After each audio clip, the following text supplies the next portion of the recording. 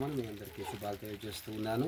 ఈ యొక్క ప్రాంతంలో దేవుని యొక్క సేవకులు దైవజనులు యవ్వన కాలంలో దేవుని చేత ఏర్పరచబడి దేవుని యొక్క పరిచయం చేయక భారాన్ని కలిగి గొప్ప దర్శనముతో ఈ యొక్క ఏజెన్సీ ప్రాంతంలో పరిచయం చేస్తున్నటువంటి సహోదరులు దైవజనులు కిరణ్ గారు బట్టి నేను నిజంగా స్తుతిస్తూ ఉన్నాను. ఇక ఆలయం నిర్మించి ఎంతకాలం ప్రారంభించి ఇది 2వ సంవత్సరము. ఇది 2 సంవత్సరాలు అయింది ఈ యొక్క ఆలయం ప్రారంభించి.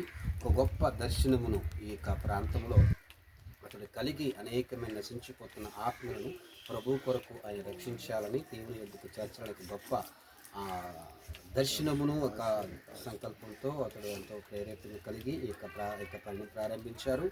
ఇది ఇంతవరకు వచ్చింది మీరు చూసి ఉన్నారు. ఈ యొక్క విషయాన్ని ఎప్పుడైతే United Christian gospel society of India దైవజనులు కొల్లబొత్తుల ప్రభాకర్ గారి యొక్క చెవిని పడిందో వెంటనే వారికి ఆర్థిక సామర్థ్యం లేకపోయినప్పటికీ గొప్ప యొక్క ఆత్మల యొక్క రక్షణ గురించిన గొప్ప భారము, దేవుని యొక్క మందిరమును నిర్మించడానికి గొప్ప తపన వారి యొక్క దానిని బట్టి నేను ప్రభుని స్తుతిస్తున్నాను. ఆ యొక్క తపనతో ఈ యొక్క ప్రాంతంలో అనేక మంది వ్యక్తులను, ఒక ఉన్నతమైన స్థితిలో ఉన్నటువంటి వ్యక్తులను వారు కలిసి వారి హృదయాలను తట్టి వారిని ప్రేరేపించి ఈ యొక్క స్థలానికి తీసుకుని వచ్చి ఉన్నారు.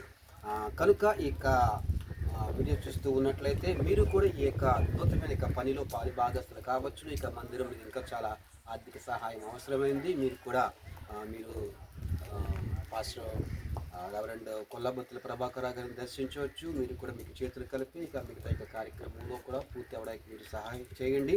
మరి ముఖ్యంగా ప్రార్థన చేయండి. ఇక ప్రాంతంలో గొప్ప దేవుని యొక్క పని జరిగించడానికి దేవుని యొక్క మహిమాత్మే వాడబడినట్లుగా మీరు ప్రార్థన చేయండి. అలాగే నాకు వచ్చిన దేవుని సేవకులు రాజీవ్ గారు మిగతా ఉన్న దేవుని సేవకులు అందరూ బట్టి నేను స్తుతిస్తూ ఉన్నాను. మీకు అనుదిన ప్రార్థనలో ఈ యునైటెడ్ క్రిస్టియన్ గాస్పెల్ సొసైటీ మీరు జ్ఞాపకం చేసుకోండి, ప్రార్థన చేయండి.